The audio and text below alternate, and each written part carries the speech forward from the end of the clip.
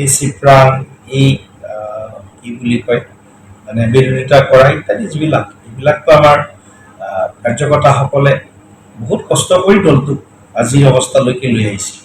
গতিকে ব্যক্তিগতভাৱে কেতিয়াবা মতৰ অমিল হ'ব পাৰে, কেতিয়াবা হয়, কিন্তু মনৰ অমিলটো আমাৰ হোৱা নাই। ক'ৰবাত কেতিয়াবা কোনোবা এজন কাৰ্যকৰ্তাই কেতিয়াবা আমাক খং কৰিছে, ক্ষোভ কৰিছে, এইটো স্বাভাৱিক এটা প্ৰকৃতি হিচাপে আমি এইখিনি টেক ইট ইজি সহজভাৱে লৈছোঁ। কিন্তু যেতিয়া নিৰ্বাচন হৈ গ'ল, সম্পূৰ্ণ মানে এতিয়া ফলাফলৰ কাৰণে আমি বহুত আশাৰে বাট চাই আছোঁ, হেঁপাহেৰে বাট চাই আছোঁ। এইটো সময়ত এই ধৰণৰ বক্তব্যৰে দলটোৰ একো উপকাৰ নহয়।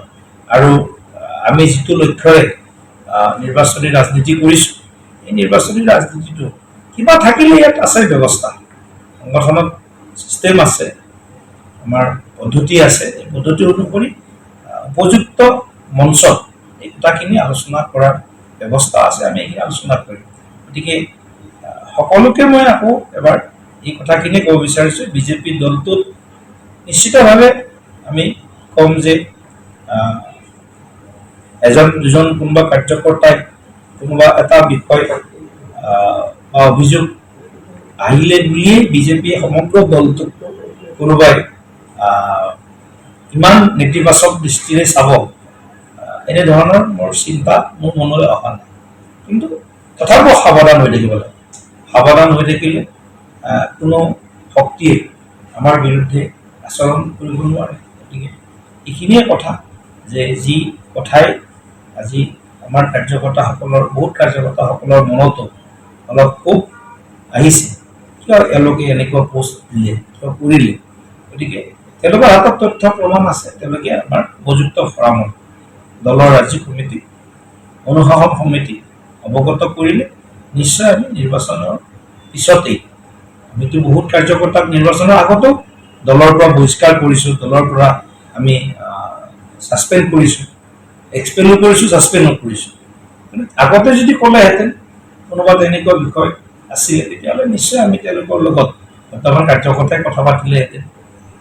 কিন্তু এতিয়া যিহেতু তেওঁলোকে অভিযোগ আনিছে, এতিয়া অভিযোগ আনিলে নহ'ব, অভিযোগ প্ৰমাণ কৰাৰ দায়িত্ব তেওঁলোকৰ। আৰু যদি সঁচা অভিযোগ হয় নিশ্চিতভাৱে তেওঁলোকৰ বিৰুদ্ধে আমি কঠোৰ ব্যৱস্থাও গ্ৰহণ কৰিবৰ কাৰণে দল সাজু। ডিচিপ্লিন দল হয় বিজেপি, ইয়াত কোনো প্ৰশ্নবোধক নাই। কিন্তু কথাটো হ'ল কি, নিৰ্বাচন যেতিয়া আমি কালেক্টিভলি খেলিছোঁ, সামূহিকভাৱে নিৰ্বাচন খেলিছোঁ, আমি ইয়াত কোনো ব্যক্তি হিচাপে নিৰ্বাচন খেলা নাই, আমি সামূহিকভাৱে নিৰ্বাচন খেলিছোঁ। প্ৰধানমন্ত্ৰী নৰেন্দ্ৰ মোদী ডাঙৰীয়াৰ নেতৃত্বত, ৰাষ্ট্ৰীয় সভাপতি নীতিন নবীন ডাঙৰীয়াৰ নেতৃত্বত, মুখ্যমন্ত্ৰী ডক্টৰ হিমন্ত বিশ্ব শৰ্মা ডাঙৰীয়াৰ নেতৃত্বত আৰু NDA নেতৃত্বত আমি নিৰ্বাচন খেলিছোঁ।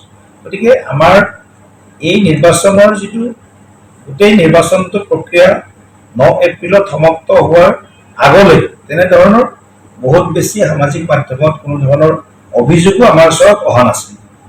গতিকে এতিয়া ক'ৰবাত কিবা প্ৰমাণ কোনোবাই পালে নিশ্চয় এই প্ৰমাণবিলাক নিৰ্দিষ্ট দলত, বিজেপি হ'লে বিজেপি দলত দিব, AGP হ'লে AGP দলত দিব, BPF হ'লে BPF দলত দিব। গতিকে তেওঁলোকে এই গোটেই কথাবিলাক নিশ্চয় আলোচনা কৰিব, আৰু আমি ক'ৰবাত প্ৰয়োজন হ'লে সামূহিকভাৱে বহি NDA হিচাপে বহি হ'লেও গোটেই কথাখিনি গুৰুত্ব সহকাৰে আমি আলোচনা কৰিম, আৰু যি সিদ্ধান্ত ল'ব লাগে সেই সিদ্ধান্ত আমি দলৰ মঞ্চত ল'বৰ কাৰণে আমি সদায় সাজু।